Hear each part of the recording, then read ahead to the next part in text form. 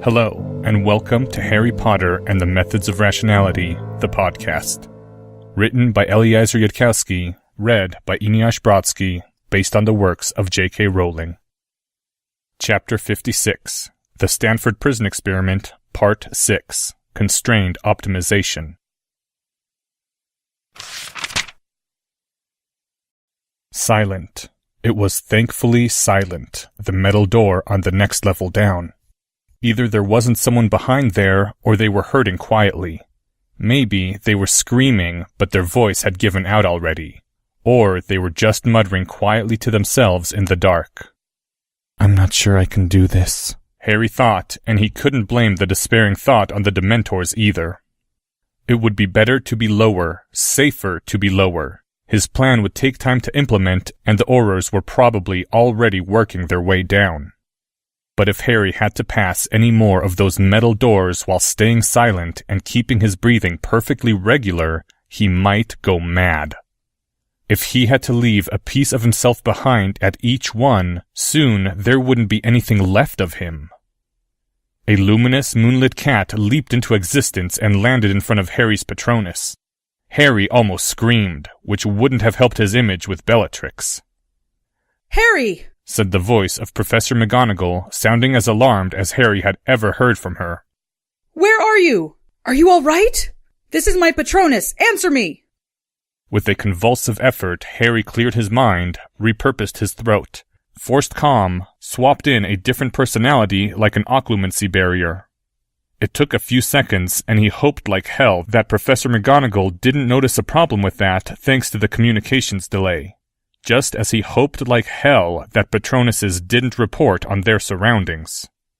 A young boy's innocent voice said, "I'm in Mary's place, Professor, in Diagon Alley. Going to the restroom, actually. What's wrong?" The cat leaped away, and Bellatrix began to chuckle softly, dusty, appreciative laughter, but she cut herself off abruptly at a hiss from Harry. A moment later, the cat returned, and said in Professor McGonagall's voice, "I'm coming to pick you up right now. Don't go anywhere.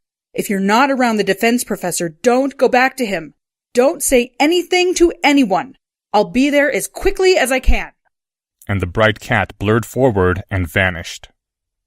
Harry glanced down at his watch, noting down the time, so that after he got everyone out of here and Professor Quirrell anchored the time turner again, he could go back and be in the restroom of Mary's place at the appropriate time. "You know," said the problem-solving part of his brain, "there's a limit to how many constraints you can add to a problem before it really is impossible. You know that?" It shouldn't have mattered, and it didn't really. It didn't compare to the suffering of a single prisoner in Azkaban. And yet, Harry still found himself feeling very aware that if his plan didn't end with him being picked up from Mary's place just like he'd never left, and the defense professor looking completely innocent of any and all wrongdoing, Professor McGonagall was going to kill him.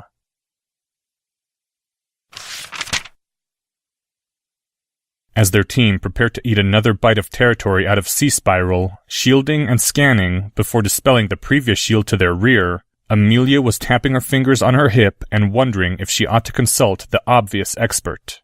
If only he wasn't so... Amelia heard the familiar crack of fire and knew what she would see as she turned.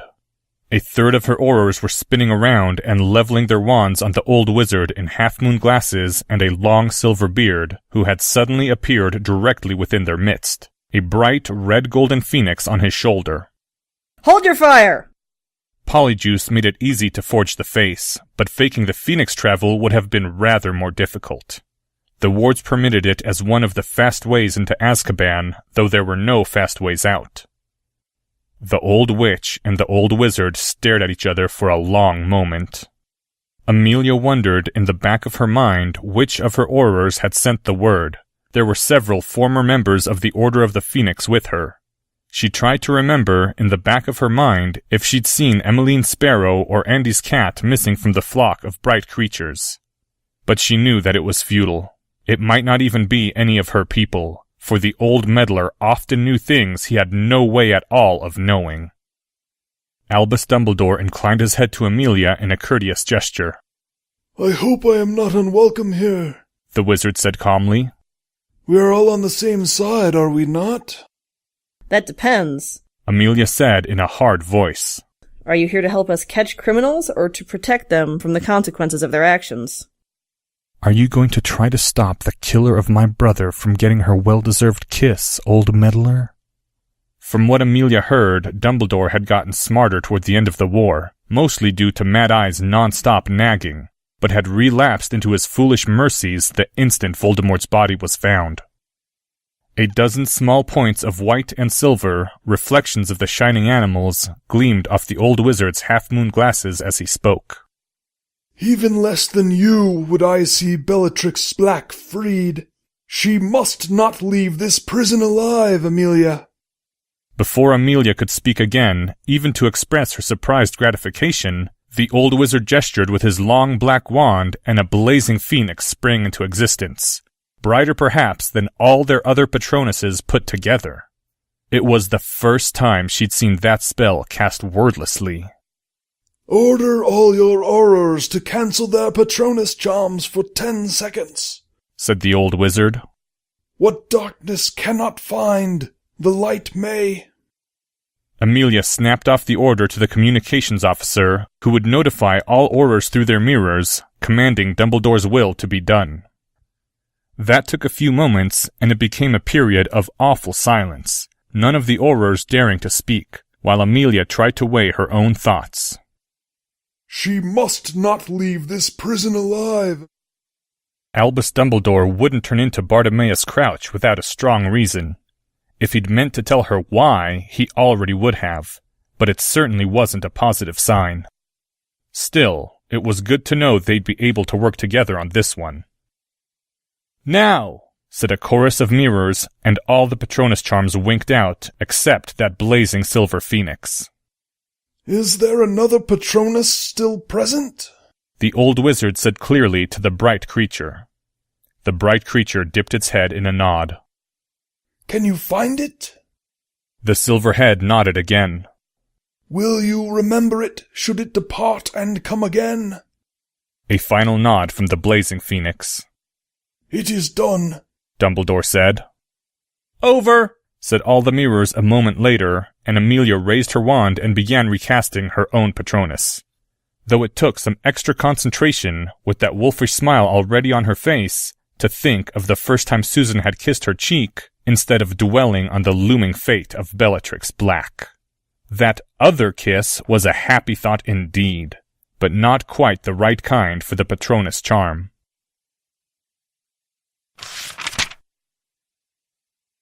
They hadn't even gotten to the end of that corridor before Harry's Patronus raised its hand, politely, as though in a classroom. Harry thought quickly. The question was how to... No, that was also obvious. It seems, Harry said in a coldly amused voice, that someone has instructed this Patronus to speak its message only to me. He chuckled. Well then, pardon me, dear Bella. Quietus. At once the silver humanoid said in Harry's own voice, There is another Patronus which seeks this Patronus. What? Said Harry, and then, without pausing to think about what was happening, Can you block it? Stop it from finding you? The silver humanoid shook its head. No sooner did Amelia and the other aurors finish recasting their Patronus charms when the blazing silver phoenix flew off, and the true red-golden phoenix followed it, and the old wizard calmly strode after both of them with his long wand gripped low. The shields around their territory parted around the old wizard like water, and closed behind him with hardly a ripple. Albus! Shouted Amelia. What do you think you're doing? But she already knew. Do not follow me, the old wizard's voice said sternly. I can protect myself. I cannot protect others. The curse Amelia shouted after him made even her own aurors flinch. This isn't fair. Isn't fair. Isn't fair. There's a limit to how many constraints you can add to a problem before it really is impossible.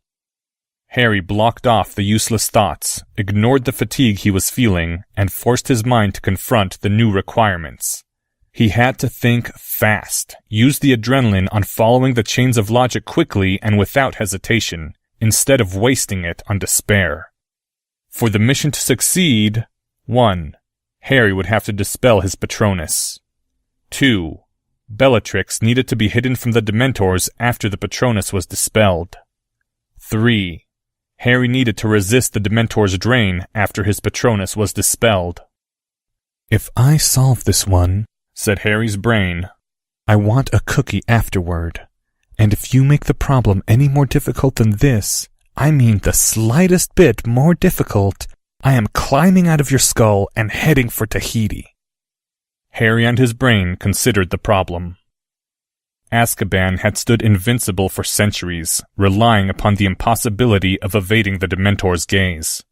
So if Harry found another way to hide Bellatrix from the Dementors, it would rely on either his scientific knowledge or his realization that the Dementors were death. Harry's brain suggested that an obvious way to stop the Dementors from seeing Bellatrix was to make her stop existing, i.e., kill her. Harry congratulated his brain on thinking outside the box and told it to continue searching. "Kill her and then bring her back," came the next suggestion. "Use Frigidaire to cool Bellatrix down to the point where her brain activity stops, then warm her up afterward using thermos. Just like people who fall into very cold water can be successfully revived half an hour later without noticeable brain damage." Harry considered this. Bellatrix might not survive in her debilitated state. And it might not stop death from seeing her. And he'd have trouble carrying a cold, unconscious Bellatrix very far. And Harry couldn't remember the research on which exact body temperature was supposed to be non-fatal but temporarily brain-halting. It was another good outside-the-box idea, but Harry told his brain to keep thinking of ways to hide from death. A frown moved over Harry's face. He'd heard something about that, somewhere. "One of the requisites for becoming a powerful wizard is an excellent memory," Professor Quirrell had said. "The key to a puzzle is often something you read 20 years ago in an old scroll, or a peculiar ring you saw on the finger of a man you met only once." Harry focused as hard as he could, but he couldn't remember.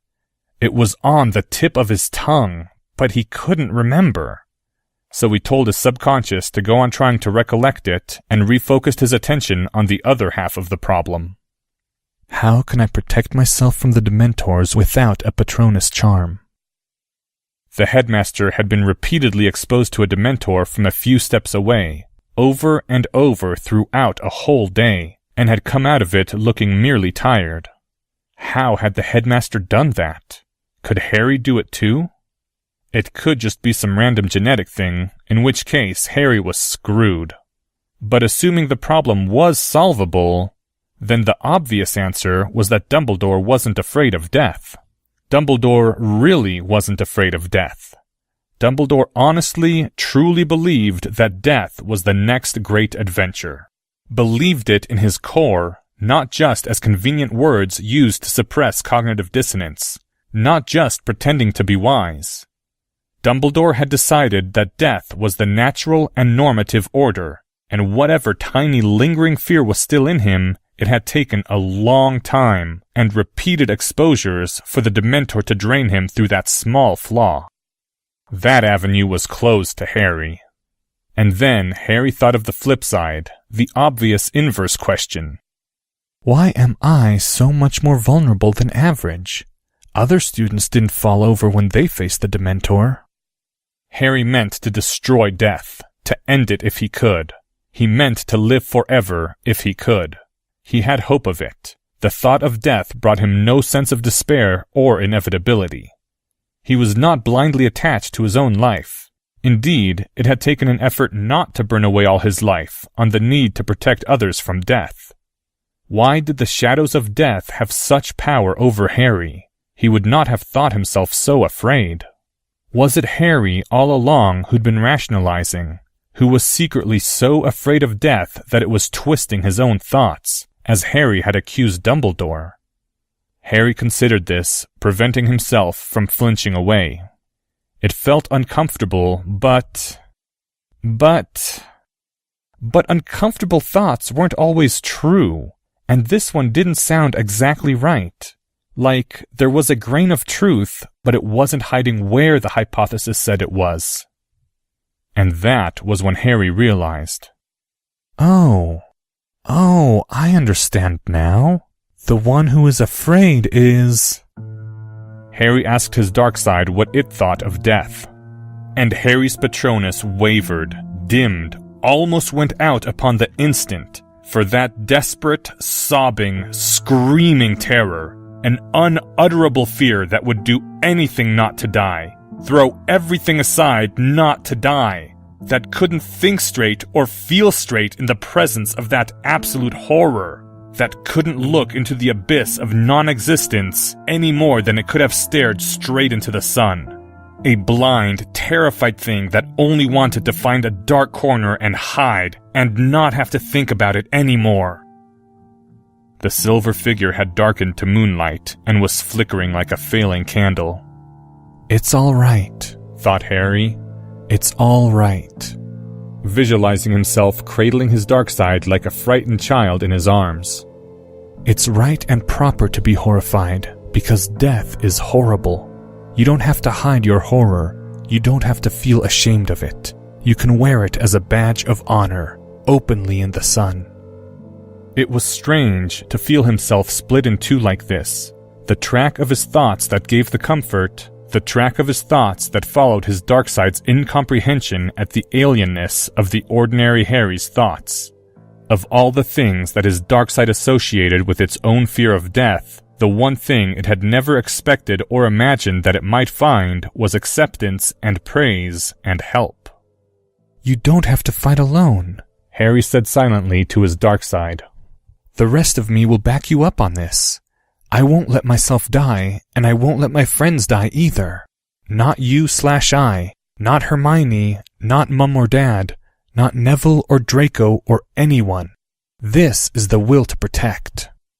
Visualizing wings of sunlight, like the wings of the Patronus he had spread to give shelter to that frightened child.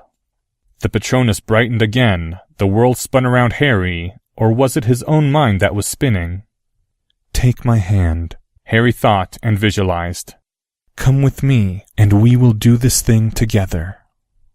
There was a lurch in Harry's mind, like his brain had taken one step to the left, or the universe had taken one step to the right. And in a brightly lit corridor in Azkaban, the dim gaslights far outshone by the steady and unwavering light of a human-shaped Patronus, an invisible boy stood with a strange small smile on his face, shaking only slightly. Harry knew, somehow, that he'd just done something significant, something that went beyond just strengthening his resistance to dementors. And more than that, he'd remembered. Thinking of death as an anthropomorphic figure had done the trick, ironically enough. Now Harry could remember it. What was reputed to hide someone from the gaze of death himself. In a corridor of Azkaban, a wizard's striding legs came to an abrupt halt, for the bright silver thing that was his guide had halted in midair, fluttering its wings in distress. The brilliant white phoenix craned its head, looking backward and forward as though confused, and then it turned to its master and shook its head in apology. Without another word, the old wizard turned and strode back the way he came. Harry stood straight and upright, feeling the fear wash over him and around him. Some tiny part of him might have been eroded a little by the waves of emptiness that broke continually upon his unmoving stone, but his limbs were not cold, and his magic was with him. In time, those waves might corrode him and consume him, sneaking through whatever tiny part of him still cowered before death, instead of using its fear to energize itself for battle. But that doom would take time, with the shadows of death far away and uncaring of him. The flaw, the crack, the fault line that was in him had been repaired, and the stars blazed brightly in his mind, vast and unafraid, and brilliant in the midst of cold and darkness.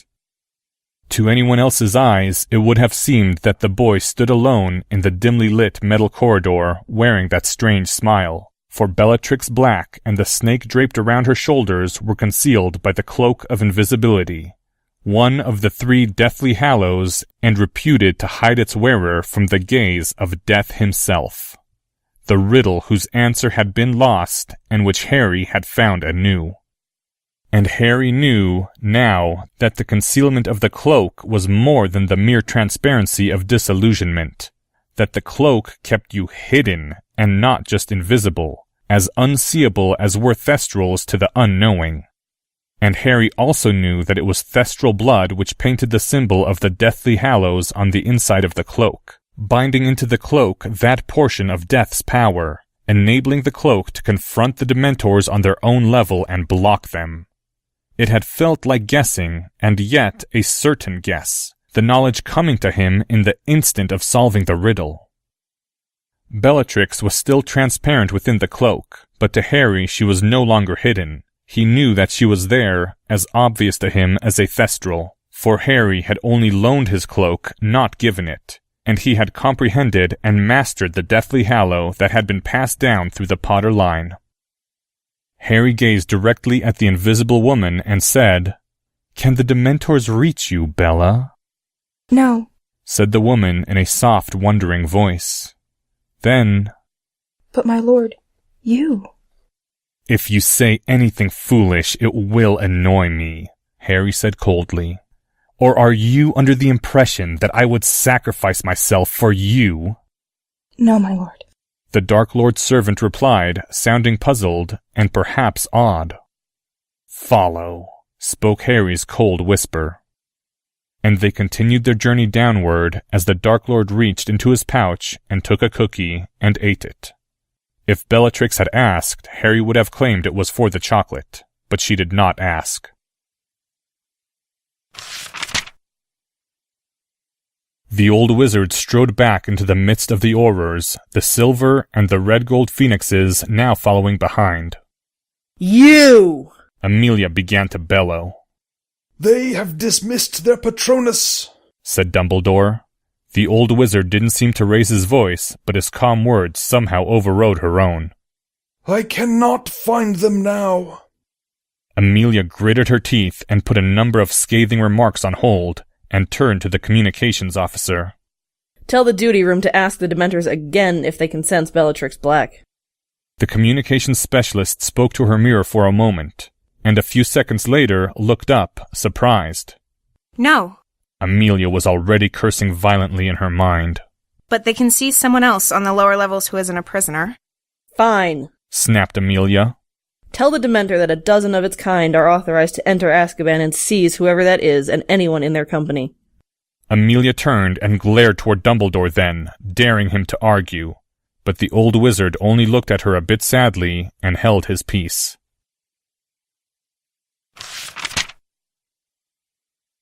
Auror McCusker finished speaking to the corpse that drifted outside the window, conveying the director's orders. The corpse gave him a deathly smile that almost unstrung his limbs, and then floated downward. Soon after, a dozen Dementors arose from where they had drifted in the central pit of Azkaban, and headed outward, toward the walls of the vast metal structure that towered above them. Entering through holes set into the base of Azkaban, the darkest of all creatures began their march of horror.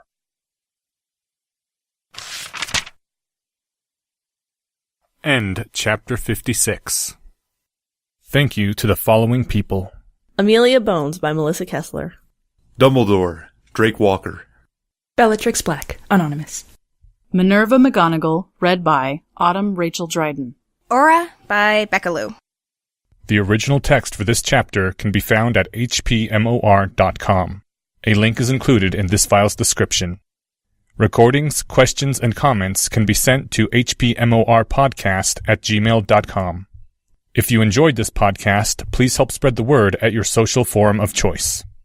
If you're interested in learning more about the art of rationality, please visit lesswrong.com, an online community of aspiring rationalists founded by Eliezer Yudkowsky.